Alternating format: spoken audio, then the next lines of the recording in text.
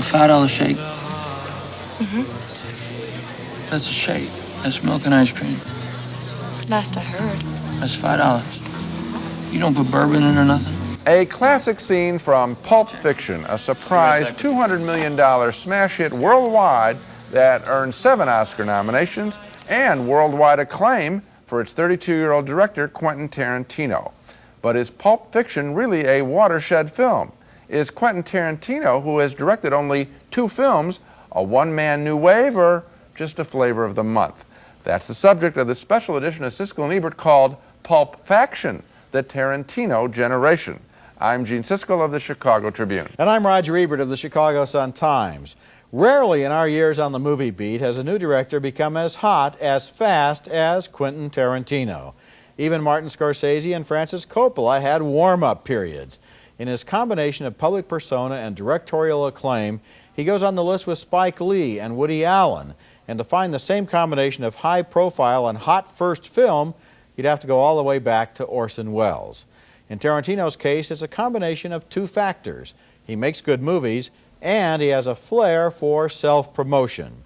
So far, he's directed only 2 films, writing and acting in both of them. Here he is as a professional bank robber in his first picture, Reservoir Dogs, from 1992. You're not blind, you just got blood in your eyes, all right? And here's Tarantino in Pulp Fiction, none too happy that his friends have turned up at his house with a dead man in their car. Don't you realize, man, that if Bonnie comes home and finds a dead body in her house, I'm gonna get divorced? Tarantino first made his name on the film festival circuit. Reservoir Dogs was discovered at Sundance and hailed at Cannes, and here he is last year at Cannes accepting the Palme d'Or, the festival's grand prize for Pulp Fiction. On this show, we may be asking, is there a danger here of too much too soon? Well, the director that you haven't mentioned that he should be compared with in terms of being omnipresent and a public figure and a guest on talk shows is Alfred Hitchcock, of course. That's the level of penetration this guy is getting into the world. And why would a director like Spike Lee, who's a cutting-edge director, use Tarantino? Because I think he embodies this Generation X in a way that you're buying the whole generation and whatever it means, and no one can get a handle out of it, but he has the high energy, and he is right there representing, and that's why we're calling it the Tarantino generation, because it really is. He represents a moment in time. He's been called the first director who's a rock and roll star. Okay, let's go back to 1992 to our first introduction to Tarantino and to the film he first directed and wrote, Reservoir Dogs, a bloody foul-mouthed howl that turns the crime film genre upside down, giving us a pack of thieves who are trying to figure out why their robbery went so terribly wrong. We were set up. The cops were there waiting for us. What? Nobody set anybody up. And what was our reaction to Reservoir Dogs then? Here's an excerpt from our original review. There are too many scenes of behavior and no scenes of insight. And as the guys assemble back at the warehouse, there's too much talk from characters who should really be unconscious or mad with pain instead of giving us all that dialogue. I liked the movie as far as it went. I wanted it to go further and try more. I had the same reaction, Roger. I thought it was a lot of an exercise in style, but then I got that really quick. I mean, I understand what he's trying to do here, which is to show things in crime movies that crime movies don't show. For example, the sloppiness, the humor. But we get that within 15 minutes. And I stand by that review. We would await his next film, and it would deliver on the promise of Reservoir Dogs, as Tarantino, working with writing partner Roger Avary, delivered an Oscar-winning script with Pulp Fiction, giving rise to a voice as original, I think, in the movies as David Mamet's work was a decade earlier in the American theater. Boy, is that a good comparison between Tarantino and Mamet, because in both cases what they're giving us is something that superficially sounds like realistic dialogue, and the more closely you listen to it, the more you realize it's written dialogue. Yes. It's not recorded off the street, it's created as an imaginative work. And it has resonance in the kinds of things that are left out of other movies. Yes, it does. If we have to explain the phenomenon, and it's really there, and if there's some substance in his work, it is just like in the picture I didn't like, and you didn't like, Reservoir Dogs, where he shows us the stuff that you don't get normally in a crime picture. Here you're hearing words you don't normally hear in American movies. Instead of the ordinary crime picture, which is on automatic pilot and all of the dialogue simply serves and pushes ahead the plot. When we come back, when they added up the best 10 list in 1994, compiled by hundreds of American film critics, the fiction film that placed highest was Pulp Fiction. Some people love it, some people hate it. We'll take a hard look at it when we come back. Continuing our special show on writer-director Quentin Tarantino, triggered by the success of his film Pulp Fiction, I'm sure some viewers are thinking, why are these guys devoting a whole half hour basically to just one film? Is it that important? Well, I think the answer is obviously yes. To begin with, the influential movies in Hollywood history are always the surprise hits. In the case of Pulp Fiction, you have a surprise hit of major proportion.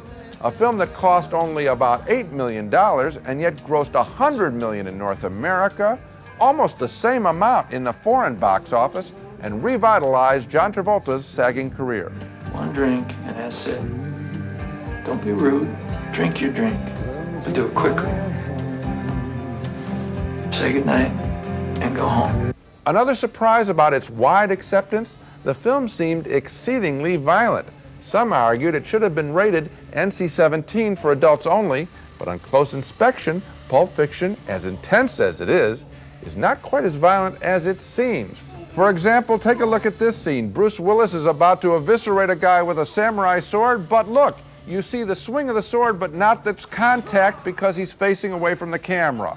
Then, the stabbing, but below the frame of the scene. You do not see the sword enter the body. Now, the violent intensity of Pulp Fiction calls to mind other violent watershed films that were considered classics in their time and still are. Hitchcock's Psycho, Arthur Penn's Bonnie and Clyde, and Stanley Kubrick's A Clockwork Orange. Each film shook up a tired, bloated movie industry and used a world of lively lowlifes to reflect how dull other movies had become. And that, I predict, will be the ultimate honor for Pulp Fiction. Like all great films, it criticizes other movies. Roger and I have been witness to the ossification of American movies with their brittle formulas. Pulp Fiction is a refreshing mind-bender. And audiences are saying they'd rather spend time with these creeps than with the boring straight people that occupy most American films. Boy, I agree with that, Gene. And you know, out in Hollywood, there are screenwriting workshops and books and outlines and computer programs that tell you exactly how to write a movie, and we're beginning to go to the movies and recognize movies that have been written out of these formulas. Yes. Here's a guy who comes along and says, throw away all that junk, let's make it up fresh. Yes, well, you know, he's talked about how he loves certain scenes, classic scenes from other movies, and what he's done is just throw one after another. You've got it. Okay, I've looked at Pulp Fiction several times now, and during the week at the University of Virginia, I spent 10 hours going through it one shot at a time with a large group of students. I think there are several things that add to the movie's appeal. One is Tarantino's strategy of toying with the audience by delaying action and violence with humorous dialogue. In this scene, two hitmen are going on a job. They're discussing foot massage. They get to the apartment where their victims live, and instead of going in, they keep on talking. The camera, which has followed them this far, stays planted impatiently in front of the door, pivoting as they walk on, still talking. And look, just because I wouldn't get no man a foot massage, don't make it right for Marsellus to throw Antoine off a building into a glass mother house up the way the nigga talks. That ain't right. What everybody notices is how the film's chronology is all mixed up. This isn't a linear narrative. It starts and ends by doubling back on itself to the same location, a coffee shop. I love you, Pumpkin. I love you, honey bunny. Everybody be cool, this is a robbery! Every one of the major sequences in Pulp Fiction ends with a character being saved.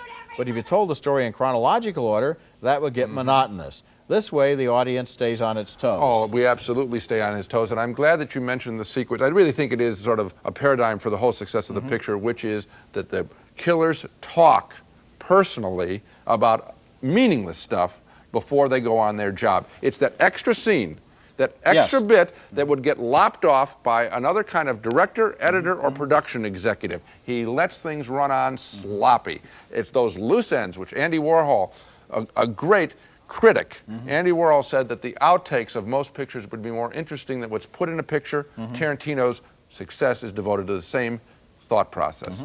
Of course, not everyone likes Pulp Fiction as much as we do. Coming up next, we'll put some of the most common objections to the film to one of its stars, Samuel L. Jackson. You think we're obsessed with Tarantino and Pulp Fiction? This is just the tip of the iceberg. This movie has been as painstakingly analyzed as the Dead Sea Scrolls. The information superhighway is just buzzing with worldwide discussions about every frame of this movie. Here are a couple of sample screens from the internet, the World Wide Web, where there are dozens of Tarantino areas. Thousands of messages about Pulp Fiction have been sent and received for months now from all over the world. And reflecting the conviction of some people that Pulp Fiction has an underlying spiritual message, the internet even has an online Church of Tarantino. What are some of the favorite details these people are analyzing? Well, of course, there's that infamous glowing briefcase. What's in it? We never see, but people have countless theories. We happy? Yeah, we happy. And they notice that the yellow glow from the case is also seen at the moment the two hitmen shoot their victims. The case belongs to the crime boss, Marsellus Wallace. The combination on its lock is 666, the sign of the devil. Is Marsellus the devil? Take him to the kennel, sick the dogs on his ass. We'll find out for damn sure what he knows and what he don't. Some people think the Band-Aid on Marcellus's neck hides the number 666. Actually, it hides a scar on the neck of actor Ving Rhames, but try telling that to the Tarantino buffs. So much for the rabid fans of Pulp Fiction. What about its many detractors, people who saw it and loathed it, and people who object to the very idea of it? I recently asked one of the stars of the film, Samuel L. Jackson, about the most common negative reaction to Pulp Fiction, beginning with it being too violent. Actually, they killed 6 more people in Bullets Over Broadway than we killed in Pulp Fiction. So, take your pick. It celebrates people who are creeps. Well, Forrest Gump celebrates people who aren't as bright as we normally like people to be. It's just a story. It's a story about some people that you don't normally spend time with, but you get to spend time with them and find out a little bit about them. It has no moral center.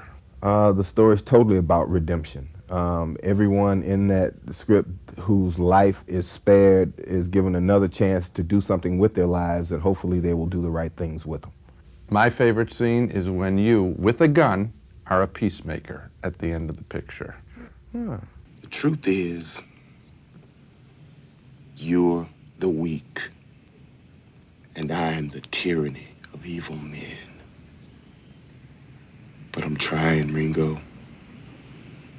I'm trying real hard to be the shepherd.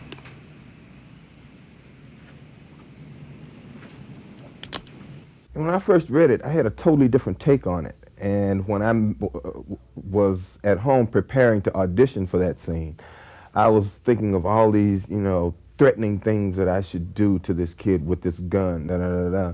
And during the audition process, when I started to do that speech, something happened, and I did something totally different from what I prepared to do. And that's what ended up in the film. The thing that I did that actually got me the job, because that's when Lawrence Bender told me that they'd never seen the end of the film until I did that audition piece, and they knew how the film was supposed to end. How do you explain the success of the picture? This is a $100 million art film. Well, I actually think that it's such a new and innovative concept to have actors on screen moving a story along with dialogue. You serious? You really thinking about quitting? The life? Yeah. Most definitely. What you gonna do then? Basically, I'm just gonna walk the earth. What you mean walk the earth? You know, like Kane in Kung Fu. Theater is a tell-me medium, and film is a show-me medium. But Quentin found a way to marry the two. Samuel L. Jackson, again referring to the script of Pulp Fiction, a script I suspect that is going to become required reading in film schools across the country. Continuing our special show on Quentin Tarantino, he seemingly came out of nowhere, but now that he's arrived, people want to know where nowhere was. Well, he was born in Knoxville, Tennessee in 1963 to a woman who was half Cherokee and half Southern white. I couldn't find anything out about his father. She named him after Burt Reynolds' character Quint in Gunsmoke. They moved to Los Angeles when he was 2, and she took him to the movies regularly. That love affair with film would continue with his early job in a video store in Manhattan Beach, California, which only added to his encyclopedic knowledge of movies. We've heard a lot of talk about the video generation, the wired generation, taking input from all kinds of sources, both high and low culture, and making something new out of it. That's what Tarantino seems to be doing, and I think he's going to be influential in freeing other filmmakers from the lockstep formulas of standard Hollywood screenplay outlines. Well, the imitations have already started. We've seen a bad one, Destiny Turns on the Radio. Let's hope in the future we see some done well. Coming up next, Quentin Tarantino, as we've mentioned, is everywhere these days. Is he spreading himself too thin? We'll try to give him some unrequested career advice. The doctors are in when we come back. We're calling this final segment, The Doctors Are In. Now, this is a free service that Gene and I sometimes provide here on Siskel and Ebert, where we examine the state of health of a movie person's career and then make our diagnosis. And in the case of Quentin Tarantino, my diagnosis would be, Quentin, you are overextended. And so the doctor's prescription, you should slow down and take care of business. And in your case, business should mean writing and directing movies, not becoming a character actor and a talk show personality. I completely agree. If he is going to do all this extra stuff, and particularly on talk shows, I think he has to remember to always talk about the movies and what he sees as his vision for American movies. Use the vehicle of the talk show, not to just be a performer, but to talk about film. That's it for this special show. Next week, we'll be back with reviews of some big summer movies. That's next week, and until then, the balcony is closed.